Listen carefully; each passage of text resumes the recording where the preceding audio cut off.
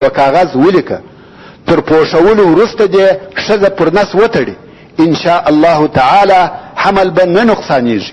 او هغه آیات شریف دا دی: واصبر وما صبرك الا بالله ولا تحزن عليهم ولا تكو في ضيق مما يمكرون ان الله مع الذين اتقوا والذين هم محسنون. د کوچنی د پیدا کېدو په وخت کې د دردو علاج، یا په بل عبارت د ولادت د آسانتیا د پاره د سورة الانشقاق اولنی 15 آیات پر خوږو ووایه. یعنی ګوړه، بوره، چاکلیټ، پلمیټ، پر هر شی چې خوږ وي. او د ولادت په وخت کې دې ښځه دغه خوږ شی وخوري، ان شاء الله تعالی کوچنی به په آسانی سره پیدا سي.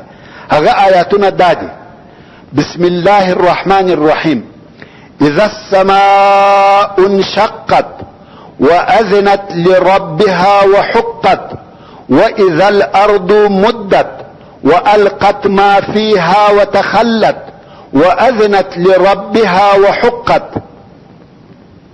ورونو، د اولاد ژوندي نه پاتې کېدلو علاج یو پاو سپیرکی او تور مرچ واخله، د دوشنبه په ورځ غرمه د والشمس صورت داسې پر ووایه چې د هر وار ویلو سره به درود شریف هم وایه. کم وخت چې دې 40 واره پوره کړه، بیا یو وار درود شریف ووایه، بیا نو پر سپیرکی او تورو مرچو چوکه. ښځه دې د حمل د شروع څخه، یعنی په کومه ورځ چې ودې ته دا معلومه سوه چې ما ته حمل پیدا سوی دی، د ښځه دې د حمل د شروع څخه هره ورځ د دغه دواړو شیانو څخه لږ تر هغو پورې خوري چې کوچنی د تی څخه پرې کوي، ان شاء الله تعالی اولاد به وپایي.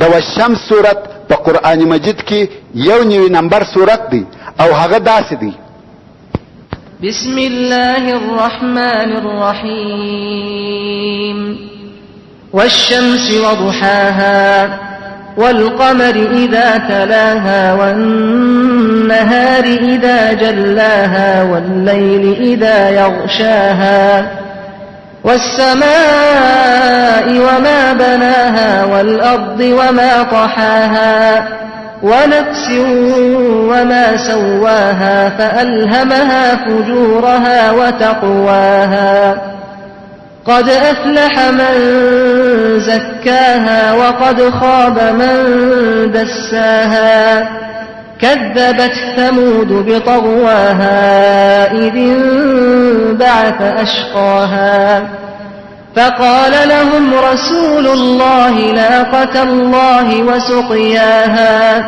فكذبوه فعقروها فدمدم عليهم ربهم بذنبهم فسواها ولا يخاف عقباها. همیشه او پرله پسې انجونی زیږول، یعنی که د یوې ښځې همیشه لوڼې پیدا کېدې، نر اولاد یې نه کېدی، نو دې د دغه ښځې خاوند یا یوه بله ښځه د دې پر نس په ګوته سره یو قوس یا دائره او یا واره جوړه کړي، او د هر وار سره دې د الله عز وجل نوم یا متینو وای، ان شاء الله تعالی الله عز وجل به زوی ورکړي.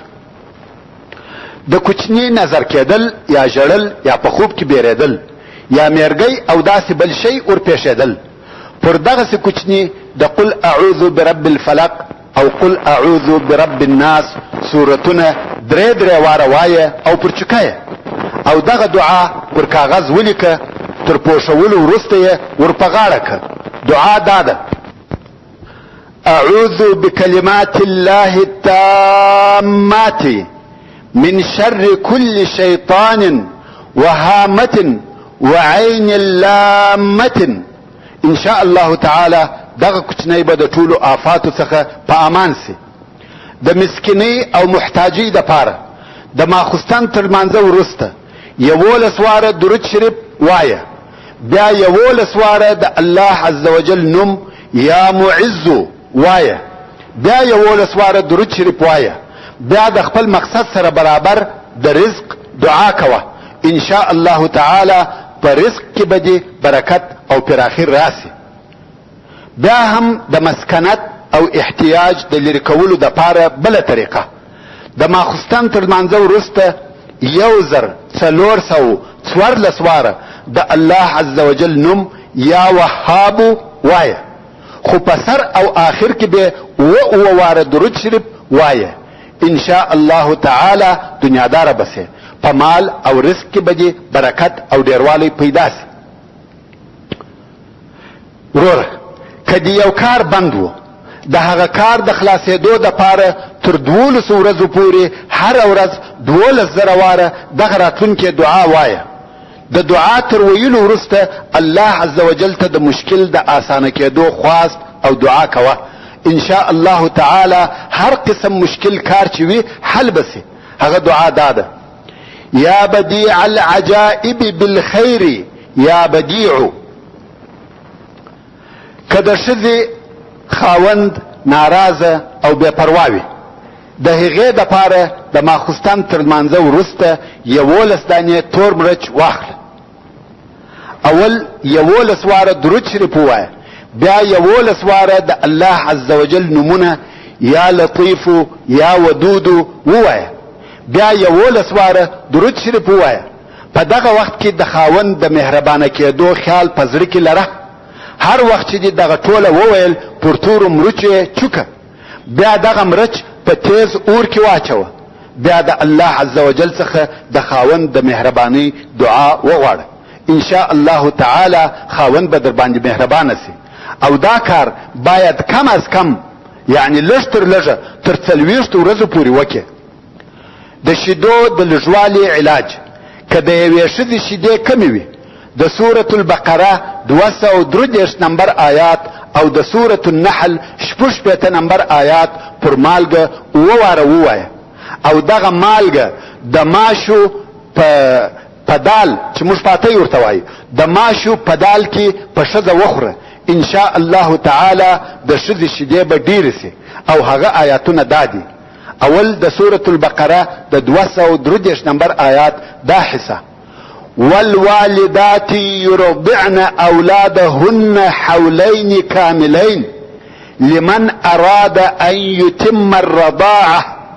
دوهم د سورة النحل 66 نمبر آیات چې هغه دا دی: وان لكم في الانعام لعبره نسقيكم مما في بطونه من بين فرث ودم لبنا خالصا سائغا للشاربين. دغه دوهم آیات شریف که د اوړو پر اوبو ووایه او بیا دغه اوبه په غوا یا ګامیشه وخوره، نو بیا به ان شاء الله تعالی هغه حیوان ډیر شیدې کوي.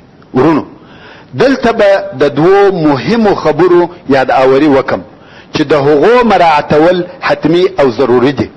او که چیرې په پته کې خالی ځای پاته سو، بیا به څه نور علاجونه هم در وښیم.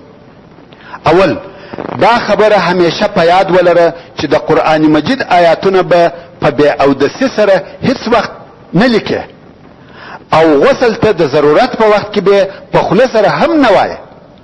او پر کم کاغذ چې د قرآن مجید آیات ولیکې، بیا تعویز ځینې جوړ کې، پر دغه تعویز یو بل ساده سپین کاغذ وپیچه. دا د پاره د دې که تعویز اخیستونکی بې اودسه وي، د هغه د پاره بې اخیستل صحیح او رواسی.